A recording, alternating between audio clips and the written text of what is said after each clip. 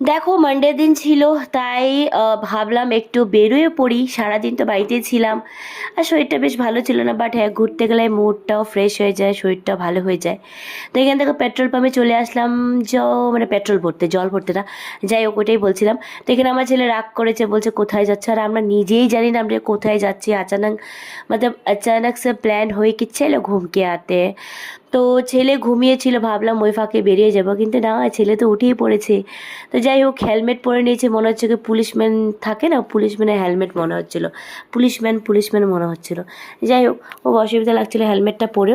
তো মানডের দিন না সবারই ছুটি ছিল, মার্কেট ফার্কেট সবারই বন্ধ ছিল।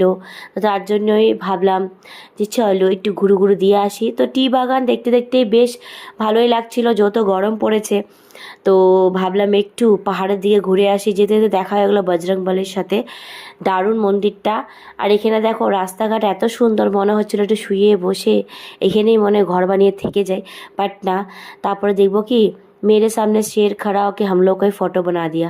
तो जो भी हो, जंगल के बीचों बीच जा रही थी, तो हवा का मस्त हवा का झोंका आ रहा था और मेरे बाल ऐसे लहरा रहे थे, जुल्फ़े उड़ी उड़ी। তো যেটাই হোক, তো এইখানে দেখো খুব সুন্দর রাস্তাগুলো বেশ। আর আমাদের শিলিগুড়ি কিন্তু অনেক জায়গা আছে, খুব ভালো লাগে, মানে খুব সুন্দর জায়গা আছে, ঘুরেও তোমরা শেষ করতে পারবে না। তো কি সুন্দর পাহাড়, আর দেখো চুলগুলি সব সামনে এসে পড়েছে, যার চুল এত রাফ, এত ড্রাই, এত কার্লি, মানে কি বলবো। যাই হোক সোজা করে লাভ নেই, এটা তেরা হবেই। তো যাই হোক এখানে দেখো ফাইনালি পৌঁছে গেলাম একটা রেস্টুরেন্টে, যেটা খুবই সুন্দর, ফার্স্ট টাইম ভিজিট করেছি। আর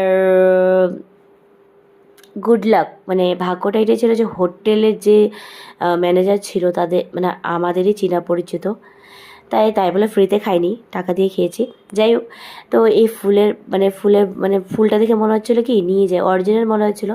তাই ভাবছিলাম এটাকে নিয়ে যাই বাড়িতে, বাট না, নেওয়ার তো কোনো সুযোগই নেই, মানে জায়গায় নেই, কোথায় ঢুকাবো। তো এখানে দেখো যাক মজা করছিলাম, এখানে পিনাট খাচ্ছিলাম আর আমার ছেলে ওয়াইফাই খাচ্ছিলো, কেন কি সোমবার, আমি হচ্ছে ফুল ভেজ। তাই আর মনে পড়লো যে না ফ্রেঞ্চ ফ্রাই তো পাওয়া যাচ্ছে, তাহলে ফ্রেঞ্চ ফ্রাই অর্ডার করি, এটা তো খাওয়া যাবে, এটা তো ভেজ।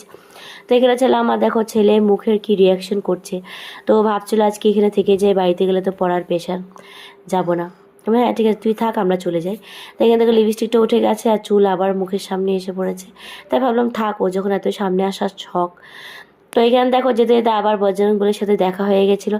আর সেদিন বাবা লোকনাথের উৎসব ছিল, মানে শুরু হয়েছিল, মন্দির পাশ দিয়ে গেছিলাম, মন্দিরে ঢুকিনি।